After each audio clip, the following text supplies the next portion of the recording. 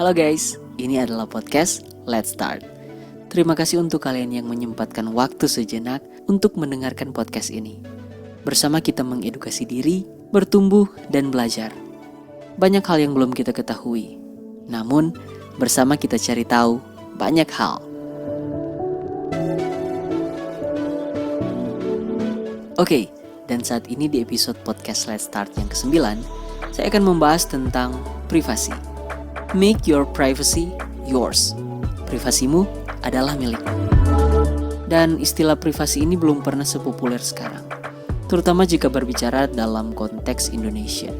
Seiring dengan perkembangan teknologi informasi dan bertambahnya layanan online yang diakses oleh masyarakat, istilah privasi menjadi lebih familiar. Apabila ingin menggunakan suatu layanan online seperti Gojek, Grab, atau membuat akun sosial media seperti Facebook, Twitter, Instagram, kita akan melihat kebijakan privasi atau privacy policy yang perlu disetujui oleh calon pengguna. Pertanyaannya, apakah para pendaftar membaca ketentuan tersebut? Saya tidak baca. Mungkin para pengguna melewati dan menyetujui kebijakan privasi begitu saja, asal mereka bisa secepatnya terdaftar dan menggunakan layanan yang diinginkan. Kebiasaan tersebut sering diartikan secara keliru sebagai sikap pengguna yang tidak peduli soal privasi. Menurut PEW Research Center, separuh dari orang Amerika yang terkoneksi dengan internet tidak mengetahui apa itu kebijakan privasi. What about Indonesia? Privasi adalah kemampuan diri atau kelompok untuk menentukan dan menjaga apakah data pribadinya boleh atau tidak untuk diketahui oleh pihak lain. Sedangkan yang dimaksud dengan data pribadi adalah setiap data elektronik maupun non-elektronik, baik tersendiri ataupun dikombinasikan dengan data lain, dengan maksud untuk mengidentifikasikan individu atau orang tertentu. Dan contoh data pribadi ini, misalnya nama lengkap, nomor induk kependudukan, nomor kartu keluarga, nomor ponsel, alamat email, akun media sosial, alamat rumah, tanggal, bulan atau tahun kelahiran, nama ibu kandung, rekam medis, rekam biometrik, catatan transaksi perbankan, dan masih banyak lagi. Dan pemilik data pribadi kita sesungguhnya tak lain dan tak bukan adalah diri kita sendiri. Namun dimungkinkan pengumpulan, pengelolaan, dan pemanfaatannya dilakukan oleh pihak lain.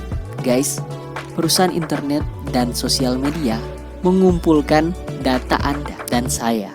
Isu pelanggaran privasi belum menjadi isu populer di kalangan masyarakat Indonesia. Padahal sebagai salah satu negara dengan pengguna aktif internet terbesar di dunia, sudah seharusnya publik didorong memiliki kesadaran yang lebih baik akan hak privasinya. Faktanya memang, mayoritas publik di Indonesia belum menjadikan data pribadi sebagai bagian dari properti dan hak asasi manusia yang wajib dilindungi. Sehingga acap kali kita temukan seseorang yang tanpa sadar mengumbar privasinya dengan sembarangan, termasuk data-data pribadi mengenai dirinya. Itu karena kurang pengetahuan dan literasi tentang privasi. Perlindungan data pribadi juga harus dipandang sebagai tantangan dan perlindungan hak asasi manusia. Perlindungan data mengisyaratkan bahwa individu berhak untuk menentukan apakah mereka akan membagi atau bertukar data pribadi mereka. Perlindungan data pribadi juga harus dipandang sebagai tantangan dalam perlindungan hak asasi manusia. Perlindungan data mengisyaratkan bahwa individu berhak untuk menentukan apakah mereka akan membagi atau bertukar data pribadi mereka atau tidak. Selain itu, individu berhak pula menentukan syarat pelaksanaan, pemindah tanganan data tersebut. Hal ini menjadi penting mengingat kasus pelanggaran terhadap hak privasi, terutama data pribadi, sangat marak terjadi. Warren dan Brandeis menegaskan konsep privasi sebagai sebuah hak bagi setiap individu untuk menikmati kehidupannya. Suatu hak yang harus dilindungi oleh hukum. Pemahaman konsep privasi sebagai suatu hak yang diutarakan oleh Warren dan Brandeis ini kemudian mendorong pemuatan konsep hak atas privasi dalam pasal 12 Deklarasi Hukum Hak Asasi Manusia yang menyatakan tidak seorang pun dapat diganggu dengan sewenang-wenang urusan pribadi, keluarga, rumah tangga atau hubungan surat menyuratnya, juga tidak diperkenankan pelanggaran atas kehormatan dan nama baiknya. Setiap orang berhak mendapat perlindungan hukum terhadap gangguan atau pelanggaran seperti itu. Jaminan perlindungan akan hak privasi termuat dalam Konstitusi Indonesia, yaitu Undang-Undang Dasar Negara Republik Indonesia tahun 1945.